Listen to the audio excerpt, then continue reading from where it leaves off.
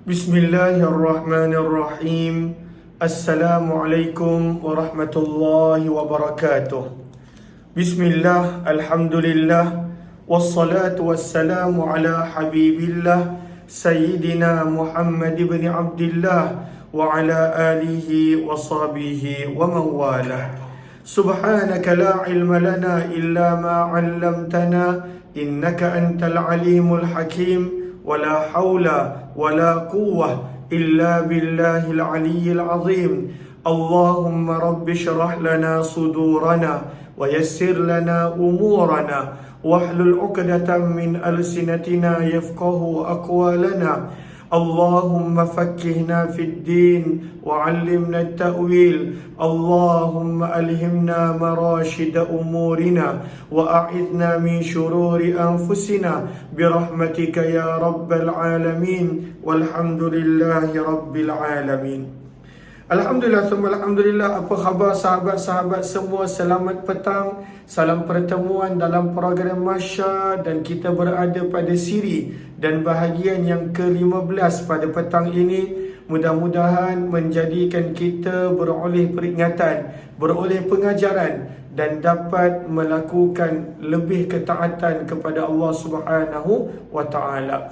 Ahlan kepada sahabat-sahabat semua. Saya nak raikan dahulu nama-nama yang saya perasan berada di ruang komen di TikTok: Zuleha, Wisdom, Ima, Ilyani, Zaitun Abdullah, kemudian Usman, Muhammad Zaini, Pok Yamail, Lutfi, dan juga semua sahabat-sahabat lain yang berada di ruangan TikTok. Di FB pula, ahlan Kamiza Muhammad Amil, Cik Ani, Ummi Zayhadi, Ayu Muhammad, Mahiran Muda, Syed Ahmad, kemudian Farida Haji Ahmad, Zahra Alia, Safia Sapian, Zainun Hadi, Arisa, Syamsia Salih, Kak Langsu, Mazia Yusuf, Idal Syahzani, Nas Muhammad Ali, Fauzan Muhammad, Fatimah S, Abdul Rahman, Nurida Muhammad, Ali Muhammad Razif, Marwani Ahmad, Zeti Akhtar Salim, Zainab binti Hussein Nab, kemudian Miss Yati, dan juga Hajarah Zai, Salsabil Muhammad Nur,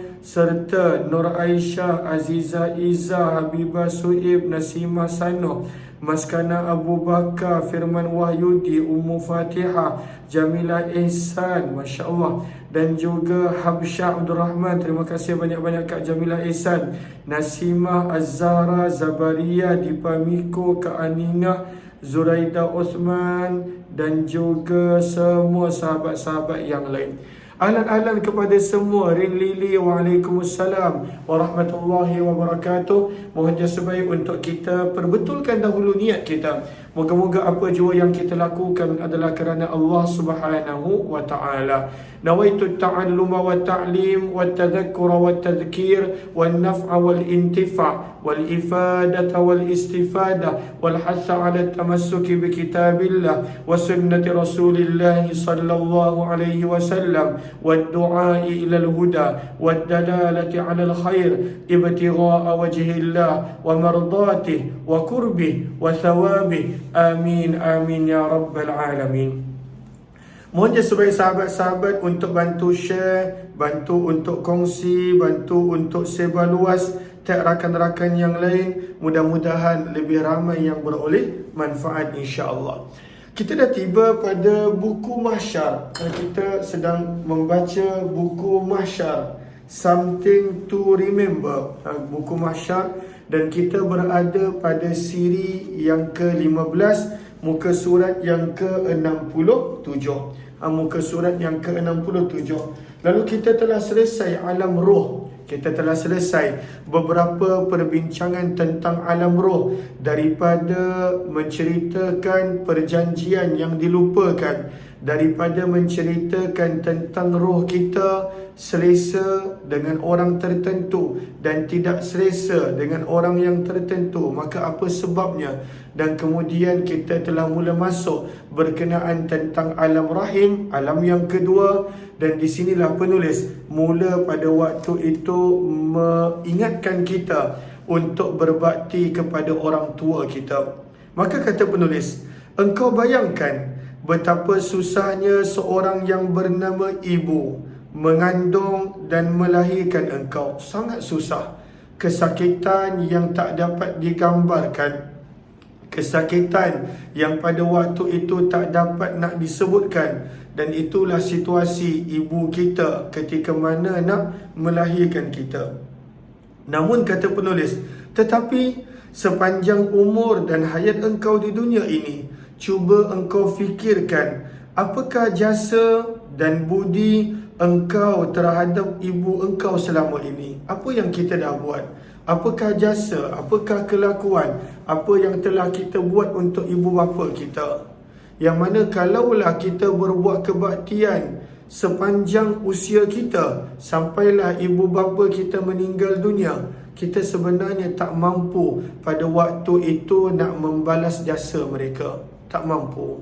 Dan para ulama sebutkan kenapa. Kata sebahagian para ulama, kenapa walaupun kita dah berbakti seumur hidup kita, kita berikan segala apa yang kita ada, kita tak boleh nak membalas jasa ibu bapa kita. Satu je, dia banyak sebab, tapi antaranya salah satu pun dah cukup memberikan kita faham bahawa kita berbuat baik kepada ibu bapa kita atas dasar tanggungjawab seorang anak. Tanggungjawab, atas dasar tanggungjawab. Tetapi ibu bapa kita, mereka berkelakuan baik kepada kita pada waktu itu atas dasar kasih, atas dasar kasih sayang.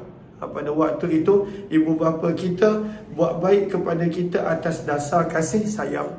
Dan sebahagian para ulama ada menyebut bahawa kesakitan yang dialami ketika mana saat melahirkan, itu pun kita tak mampu nak bayar dengan kebaktian sepanjang kehidupan. Kita tak mampu nak bayar, walaupun kadar tu je.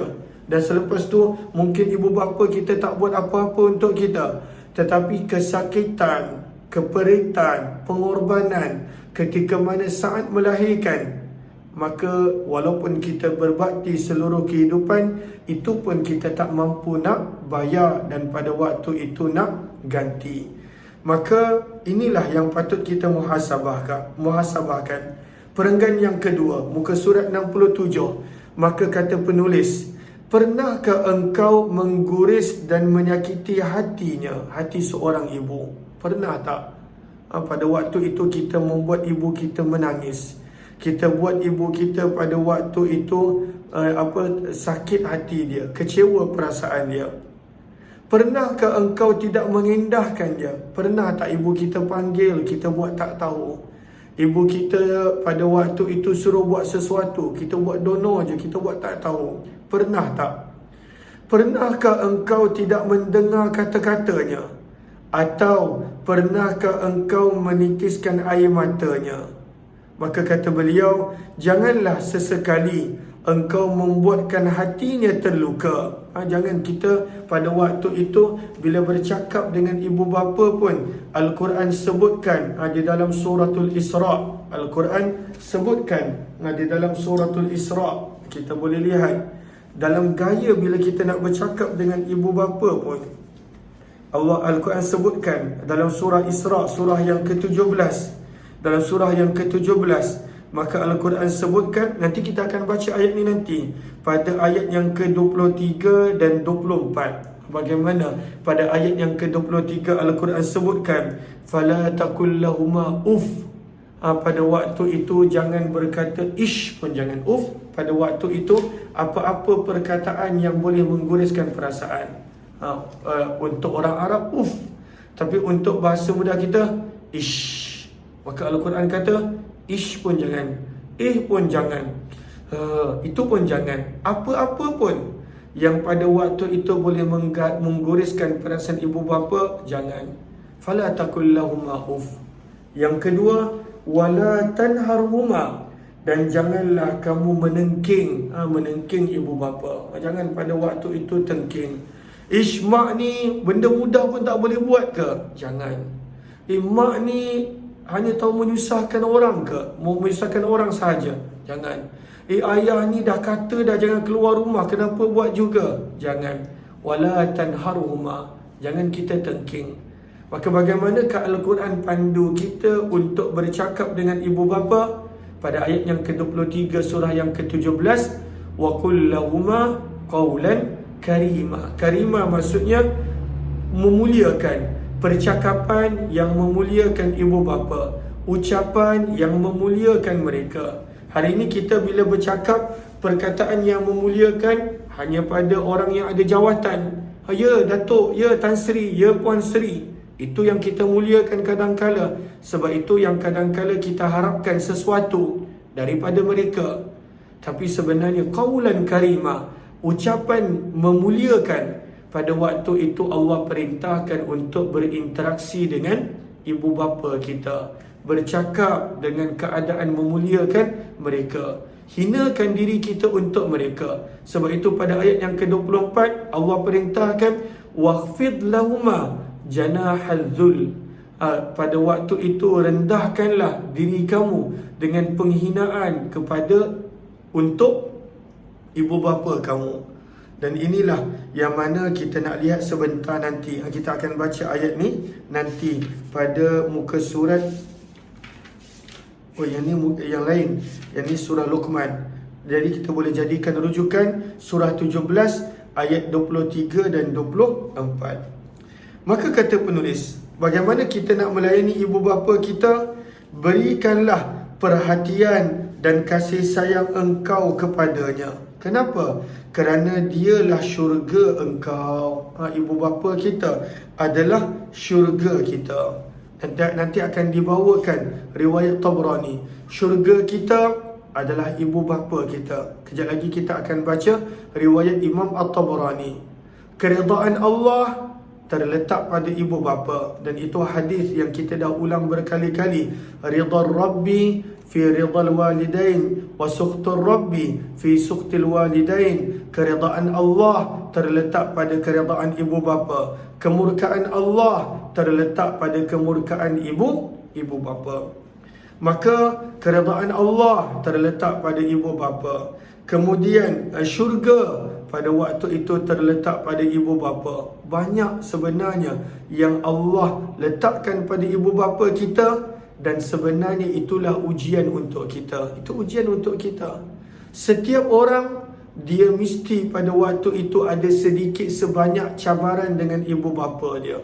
Semua orang dia ada cabaran yang tertentu daripada sudut ibu bapa dia. Tapi dia perlu hadapi, dia perlu tangani, dia perlu tetap menghormati, dia perlu tetap untuk berbakti. Kerana di situ tersembunyi dia rahsia dan ganjaran yang besar. Keridaan Allah bukan senang nak dapat keridaan Allah. Dalam surah Taubah Allah gambarkan keridaan Allah lebih besar daripada nikmat syurga. Wa ridwanum minallahi akbar. Keridaan Allah lebih besar daripada segala-galanya. Bayangkan nak dapat syurga pun pada waktu itu bukan mudah. Bagaimana pula nak mendapat keridaan Allah? Tapi kita akan mendapat keridaan Allah bila kita berjaya mendapat keridaan ibu bapa kita. Sebab itu kita kena tanya, mak ayah redha tak dengan saya? Kalau ada apa-apa yang tak suka, maka beritahu, maka maklumkan, akan cuba perbaiki, akan cuba tambah baik. Maka kita kena selalu tanya, kalau ibu bapa kita masih hidup, adakah mereka redha dengan kita? Ahlan-ahlan kepada sahabat-sahabat yang baru join, yang berada di FB ataupun yang berada di TikTok. Mohon jasa baik untuk bantu share, bantu untuk kongsi, bantu untuk sebar luas. Mudah-mudahan lebih ramai yang beroleh manfaat. Maka kata penulis, janganlah sesekali engkau membuatkan hatinya terluka. Sebab keridaan Allah tersembunyi padanya. Kemurkaan Allah tersembunyi pada murkanya ibu bapa. Maka jangan sesekali kita berani melukakan hati ibu bapa kita. Jangan. Kita diam je, terima sahaja. Kadang-kadang ada anak-anak yang dia nak berdebat dengan ibu bapa dia. Sombong pada waktu itu dengan ibu bapa dia. Padahal yang hantar dia belajar ibu bapa dia. Yang menjadikan dia pandai ibu bapa dia. Dan disitulah pada waktu itu dia nak bersombong, nak berdebat, nak bertengkar, nak menunjukkan dia yang betul dan sebagainya. Kita kena muliakan ibu bapa kita, siapa pun mereka. Okey, kata penulis, berikanlah perhatian dan kasih sayang engkau kepadanya, kerana dialah syurga engkau. Syurga itu terletak di bawah tapak kakinya. Seorang lelaki, lalu dibawakan hadis riwayat Tabrani sebagai dalil. Seorang lelaki telah datang kepada Nabi SAW dan berkata, "Wahai Rasulullah, aku ingin berjihad di jalan Allah. Ya Allah, aku nak berjihad." Dan jihad adalah amalan yang besar. Jihad adalah amalan yang luar biasa. Jihad adalah amalan yang sangat besar ganjaran dan pahala. Maka ada seorang lelaki kata, "Wahai Rasulullah, aku nak berjihad. Aku nak berjuang mempertahankan agama Allah Subhanahu wa taala." Maka Nabi tanya, "Adakah ibu kamu masih hidup? Mak ada lagi tak mak?" Maka orang itu menjawab, "Ya wahai Rasulullah, mak masih ada." Maka Nabi SAW bersabda, "Tetaplah kamu berada dekat di kaki ibumu itu, kerana dengan berkhidmat pada ibu kamu, disitulah beradanya syurga." Nabi tak bagi. Padahal bukan nak pergi buat benda sia-sia, bukan nak pergi buat maksiat dosa, nak berjihad, nak berjuang di jalan Allah. Tapi Nabi gambarkan, tak, apabila ibu perlukan, maka beradalah di sisi ibu kamu. Itulah jihad kamu. Itulah jihad. Pada waktu itu nak sabar, pada waktu itu nak tahan diri, berkhidmat, melayani ibu bapa kita. Maka itulah jihad sebenarnya. Dan disitulah terletak syurga Allah sebenarnya. Banyak orang pada waktu itu dia nak pergi berjuang dengan perjuangan-perjuangan yang pada waktu itu dianggap besar dan dahsyat. Tapi sebenarnya perjuangan yang dahsyat dan besar adalah pada ibu bapa kita. Adakah kita berjaya dan boleh untuk mendapat keredaan mereka? Dan pada waktu itu bukanlah mudah untuk kita gembirakan ibu bapa kita, untuk kita redakan ibu bapa kita. Ibu bapa kita akan layan kita seolah-olah kita masih kecil. Ibu bapa kita akan layan, walaupun kita dah tua bangka, dah 40-50 tahun, mereka akan anggap seolah-olah ini anak kecil mereka, anak kesayangan mereka. Ini adalah layanan yang sama yang nak berikan waktu kecil. Itu cabaran dia, itu perjuangan dia. Tapi sabda Nabi SAW, bila kamu berada berkhidmat untuk ibu kamu, maka di sanalah syurga kamu berada. Hadis riwayat Tabrani. Begitu juga kata penulis, di dalam Al-Quran, Allah sendiri telah mewajibkan kita semua sebagai seorang anak untuk berbuat baik dan mentaati ibu kita sendiri. Maka kita boleh buka surah Luqman, juz yang ke-21. Surah Luqman. Surah Luqman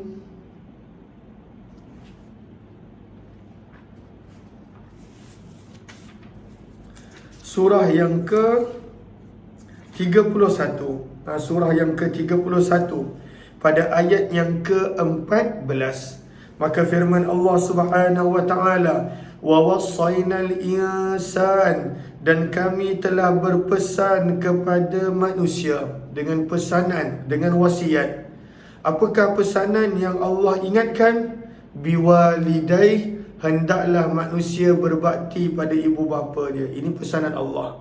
Ini adalah perintah Allah. Allah wajibkan pada waktu itu untuk manusia berbakti, berbuat baik kepada kedua ibu bapanya. Wa wassaynal insan. Allah wajibkan, Allah ingatkan, Allah pada waktu itu tetapkan seorang manusia biwalidai, dia kena berbuat baik kepada ibu bapa dia. Maka Allah terangkan kenapa kita patut buat begitu.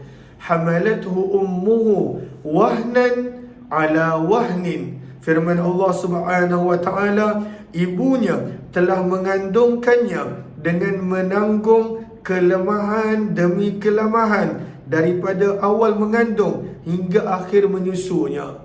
Ibu kita ketika nak mengandungkan kita, ada sebahagian orang beberapa bulan pertama dia tak boleh nak makan apa-apa.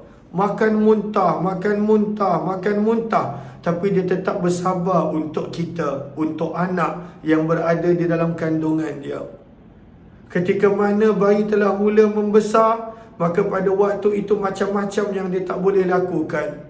Nak bergerak tak selesa, nak berjalan tak selesa, nak ke mana-mana tak selesa, pemakaian tak selesa, perut dia tak selesa. Begitu banyak pengorbanan. Lalu Allah ingatkan, wahnan ala wahnin.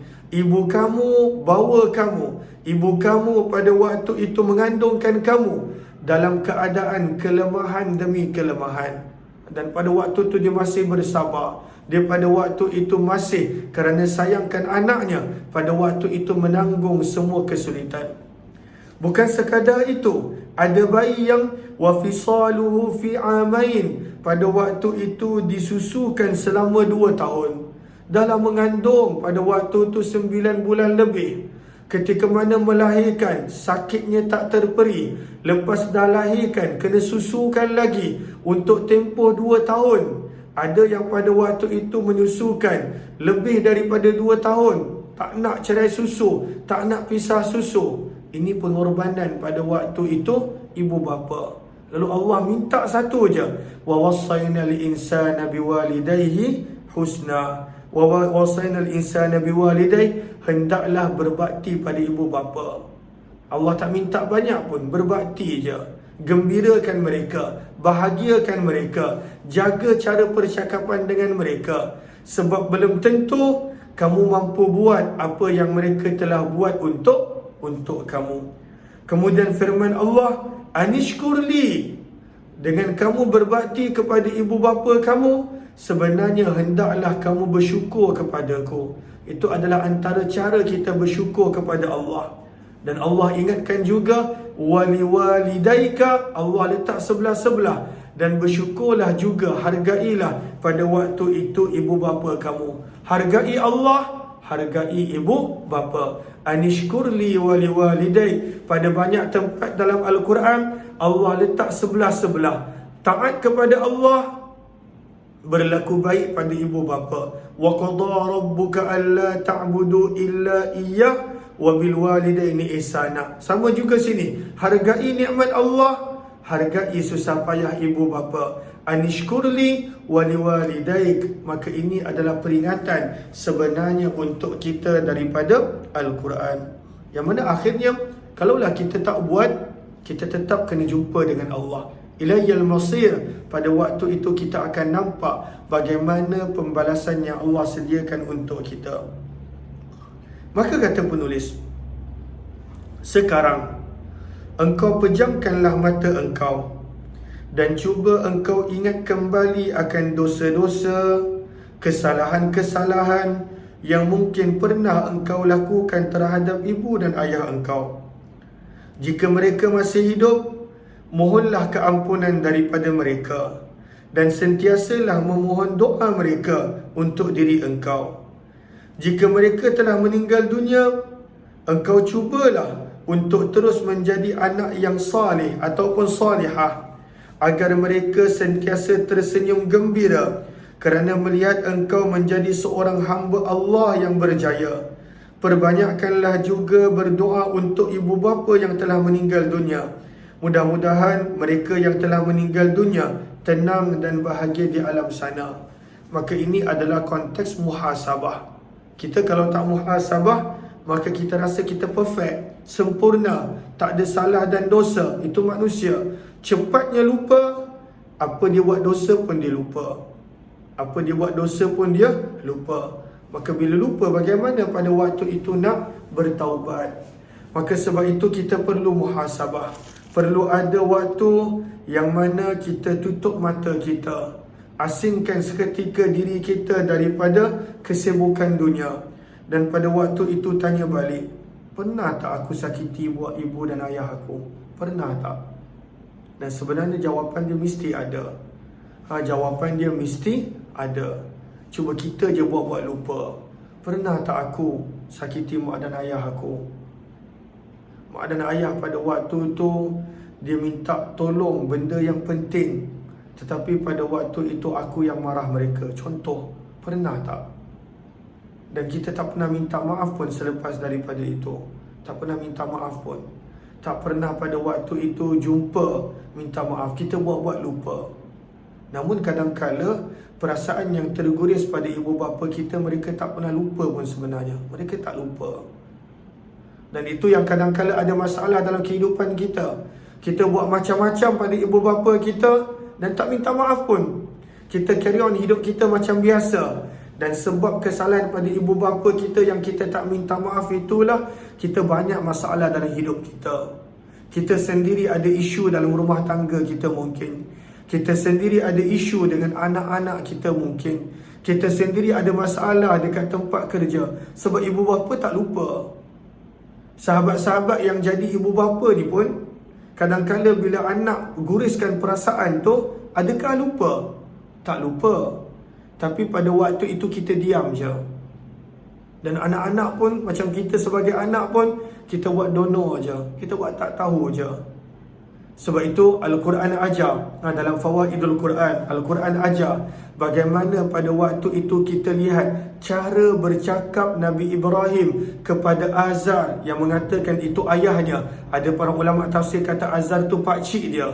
Walaupun pembuat berhala, tak beriman, tapi bagaimana Nabi Ibrahim kata dengan ayah dia, ya abati, wahai ayahku, ya abati, wahai ayah kesayanganku, ya abati la ta'budi syaitan, wahai ayah jangan sembah syaitan, ya abati, wahai ayah, inni akhafu an yamassaka azabun minar rahman, aku risau nanti ayah kena timpa dengan azab. Lalu dia panggil ayah dia dengan perkataan lemah lembut, ya abati, wahai ayah kesayanganku, ya abati, wahai ayah kesayanganku. Itu siapa?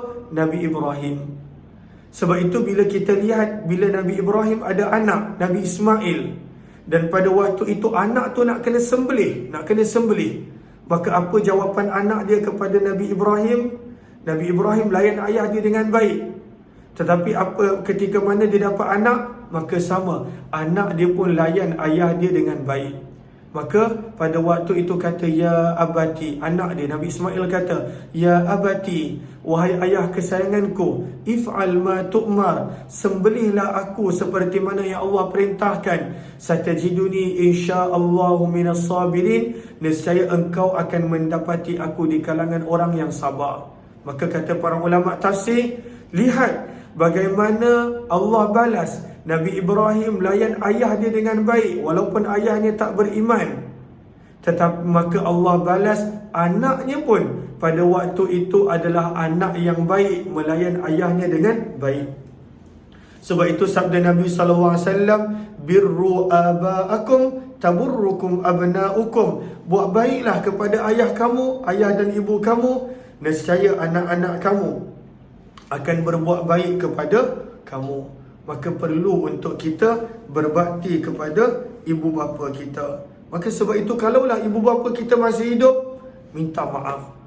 Kadang-kadang kita rasa tak ada dosa, ada, cuma kita kena luangkan masa ingat balik. Ataupun kadang-kadang kita tanya, mak, ada tak yang mana mak masih lagi marah, simpan, ataupun pada waktu itu pendam tentang kelakuan Umar yang dulu, ada tak? Mungkin kali pertama kata, tak ada, semua okey je. Tanya lagi, mesti ada kan mak? Cubalah beritahu, cubalah maklumkan. Mungkin terlepas pandang, tak perasan, waktu tu masih kecil, waktu tu masih muda, darah muda. Kali kedua tanya, tak ada apa-apalah, semua okey je, mak gembira, mak bahagia. Tanya lagi, mesti ada. Pada waktu itu mesti ada.